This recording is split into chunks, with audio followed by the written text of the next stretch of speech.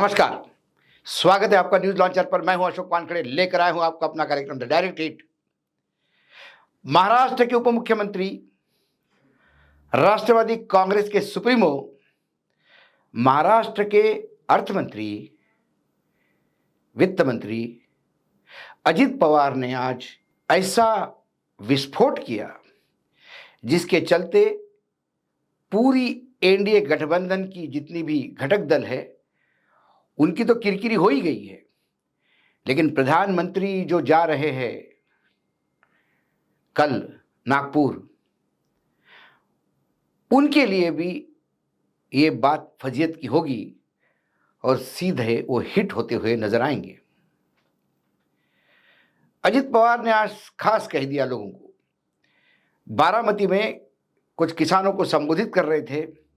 उनने कहा कि मुख्यमंत्री देवेंद्र फडणवीस, उप मुख्यमंत्री एकनाथ शिंदे ये हमेशा लोगों की भलाई की बातें सुनते हैं, करते हैं, प्रयास करते हैं कि अच्छी अच्छी चीज़ें लोगों को मिले, लेकिन ये ज़रूरी नहीं जो वादे किए जाते हैं चुनाव के दौरान, जो घोषणा पत्र में लिखा जाता है वैसे कि वैसे उसको लागू करें।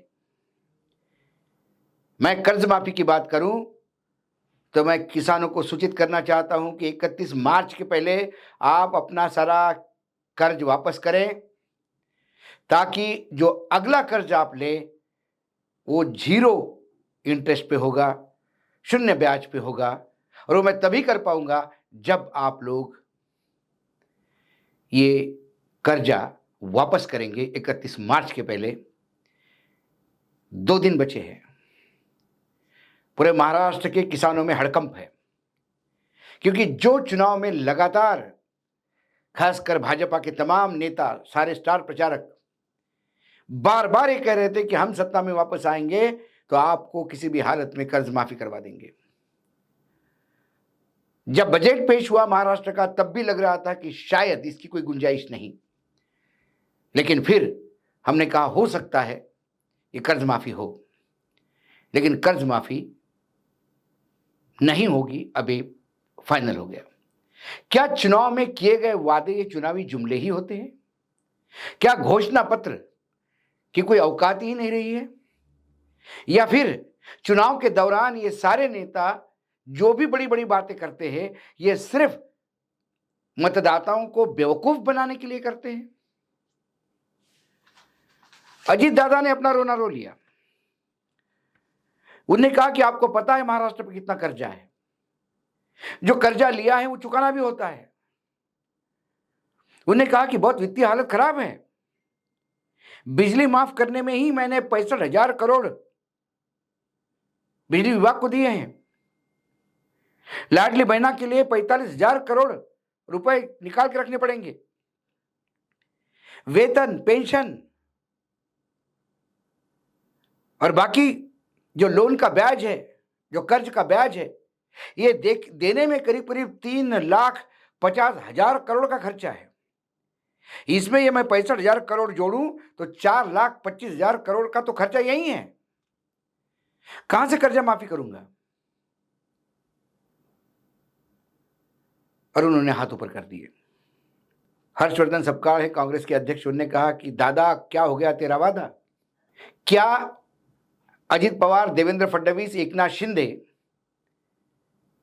ये विपक्ष में बैठे थे जो सत्ता आने के बाद उन्हें तिजोरी खाली मिली? 2.5 साल सत्ता में रहने के बाद जब लाडली बहना योजना इन्होंने चालू की चुनाव के ऐन वक्त पहले, और चुनाव के दरमियान आगे वाले 3-3 महीने का एडवांस में पैसा देके मतदाताओं को लुभाने का प्रयास किया, और जब ये बात हुई तो उन्होंने कहा कि नहीं हमारे पास प्रोविजन है, पैसे की कोई कमी नहीं। तब महिलाओं के वोट क्या खरीदे गए थे? फिर चुनाव में वादा किया था कि 2,100 रुपए अब 1,500 रुपए की जगह मिलेंगे। उस 2,100 रुपए का कोई प्रोविजन बजट में नहीं। नीलिमा गोरे जो उपसभापति है विधान परिषद की, जब उनको पूछा गया तो उन्होंने कहा कि हमने बोला जरूर था 21 रुपए देंगे, और हम बिल्कुल अड़े हुए हैं कि 21 रुपए देंगे, लेकिन कब देंगे ये नहीं बताया था। तो जब होंगे तब देंगे। तो क्या ये बात चुनाव के समय आपने बताई थी?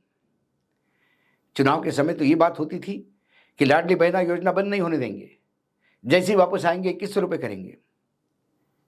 तो आज के डेट में ये बात तो तय है कि जो बार बार हम कहते हैं कि 2014 के बाद इस देश की राजनीति इतनी बदली है कि नेता मुंह खोलते हैं तो झूठ बोलने के लिए, और वो बार बार दिखाई देता है। प्रधानमंत्री आ रहे हैं नागपुर। 2012 में जब वो मुख्यमंत्री थे गुजरात के, तब एक बार आरएसएस के हेडक्वार्टर गए थे। 2013 के जुलाई में जब उनको कैंपेन कमेटी का चेयरमैन बनाया था और फिर उसके बाद प्रधानमंत्री का उम्मीदवार बनाने जाना था, उसके बीच वो हेडक्वार्टर आ गए थे। जुलाई 2014 के बाद सीधा 2025 में अप्रैल में वो हेडक्वार्टर जाएंगे। रामलला की प्राण प्रतिष्ठा हुई उस दिन मोहन भागवत और प्रधानमंत्री जी एक साथ थे। उसके बाद आज फिर वो मंच पे साथ दिखाई देंगे। संघ और भाजपा के बीच में जो खाई पड़ी हुई है उसे पाटने का एक प्रयास समझा जाता है। भाजपा का अध्यक्ष तय होना है। क्या प्रधानमंत्री को 75 साल बाद निवृत्त होने की बात संघ ने कही है, उस पर उनकी क्या रिएक्शन होगी? कई बातें होंगी। वो आरएसएस के हेडक्वार्टर जाएंगे, वो दीक्षा भूमि भी जाएंगे, अंबेडकर जी को श्रद्धांजलि देंगे, बहुत सारी बातें हैं। लेकिन इन तमाम बातों में जब जनता सवाल पूछेगी कि साहब आपने जो बड़ी बड़ी बातें की थी उसका क्या? महाराष्ट्र में किसानों की हालत वैसी ही खराब है। चुनाव के दौरान ही प्रधानमंत्री जी स्वयं आके बोल गए थे कि मैं 6000 रुपये क्विंटल रेट सोयाबीन का सरकार आते से दे दूंगा। जो 4800 रुपये है एमएसपी, वो तक नहीं दे पा रहे हैं, और बात 6000 रुपये की करके गए। वो भी चुनावी जुमला साबित हो गया। पूरा सरकार ही चुनावी जुमलों पे चल रही है और पूरा प्रदेश औरंगजेब की कब्र खोदने में लगा हुआ है। कोई चद्दर जलाने के लगा हुआ है, तो कोई छत्रपति शिवाजी महाराज को गाली देने के लिए है, कोई ब्राह्मण वर्सेस मराठा हो रहा है, तो दलित वर्सेस ब्राह्मण हो रहा है, और ये लड़ाई लगातार जारी है। किसानों की समस्या महाराष्ट्र में सबसे बड़ी समस्या है। अभी भी वर्तमान में किसानों की जो स्थिति है उसमें एवरेज 8 किसान हर रोज अपनी जीवन लीला समाप्त कर रहे हैं।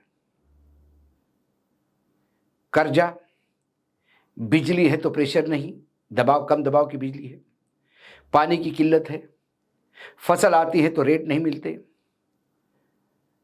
कर्जा सर पे बरकरार है, और जीएसटी की मार इतनी है कि प्रति हेक्टर 15,000 रुपये लागत मात्र जीएसटी के चक्कर में किसान को देने पड़ते हैं।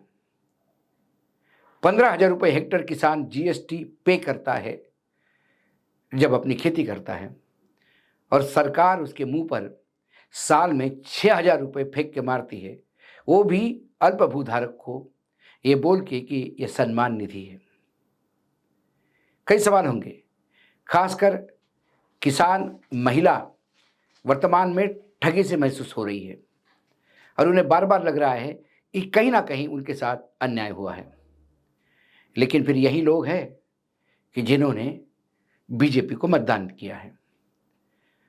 अब भाजपा जब अगले चुनाव में आएगी तो कोई नया अगला शगुफा दिया जाएगा और ये बोला जाएगा कि विपक्ष के कारण हम तुमको कर्जा माफी नहीं दे पाए, जबकि विपक्ष इनको पूछ रहा है कि आप कर्जा माफी कब कर रहे हैं।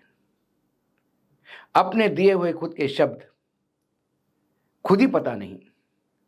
यदि आपके पास प्रोविजन नहीं है, मुझे अजीत दादा की एक बात तो कम से कम अच्छी लगी कि उन्होंने मुंह पे बोल दिया है कि नहीं देंगे, अब देंगे तब देंगे करके कम से कम आशा को, मतलब आशाओं पे जिंदा नहीं रखा। किसान ने तय कर लिया कि अब नहीं होना है तो बेचारा अपने काम में जुट जाएगा। जैसे नीलिमा ताई गोरे ने लॉलीपॉप दे दिया, जब होंगे तब देंगे, कब होंगे राम को पता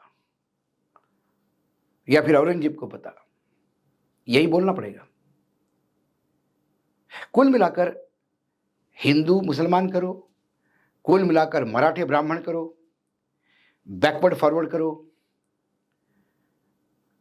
विरोधी पार्टियों के नेताओं पे रेड करवाओ, दिशा साल्वनिया का इशू फिर से उठाओ, सीबीआई ने क्लीन चिट देने के बाद फिर नया केस खुलवाओ। जो लोग लगातार बोल रहे हैं कि उनके पास प्रूफ है, उनको छोड़ के बाकी लोगों को खंगालो। जो अपने हैं उनको बचाओ गुनहगार होते हुए भी, जो विरोधियों के हैं गुनाह नहीं करते हुए भी जेल में डालो। ये पूरा सिस्टम को सड़ गया है महाराष्ट्र में, और मात्र सत्ता की राजनीति हो रही है, ना किसानों की इसको पड़ी है। दादा ने चुनाव के नतीजे आए उसके बाद प्रेस कॉन्फ्रेंस में कहा था, जैसे जैसे नतीजे बताते जा रहे थे कि हम सत्ता में आएंगे, मैं अनकंफर्टेबल हो गया था, क्योंकि मुझे मालूम था बहुत सारे वादे किए हैं, निभाएंगे कैसे। फिर उन्होंने दोनों की तरफ देखा, कहा कि हम तीनों मिलके एक बात ज़रूर कहते कि सारे के सारे वादे निभा के दिखाएंगे। उन्होंने पहले ही अपने आप को वित्त मंत्री घोषित कर दिया था, इसलिए चिंतित थे।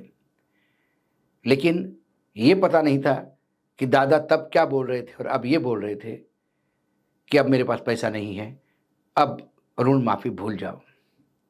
और इससे सीधा नरेंद्र मोदी जी की जो नागपुर की विजिट है, उसको कहीं ना कहीं एक काला धब्बा ज़रूर लग गया, क्योंकि जनरली प्रधानमंत्री आने के पहले बहुत सारी घोषणाएं उस राज्य के लिए की जाती है, ताकि वातावरण बड़ा खुश रहे कि बहुत कुछ आ रहा है, आता नहीं आता भगवान जाने।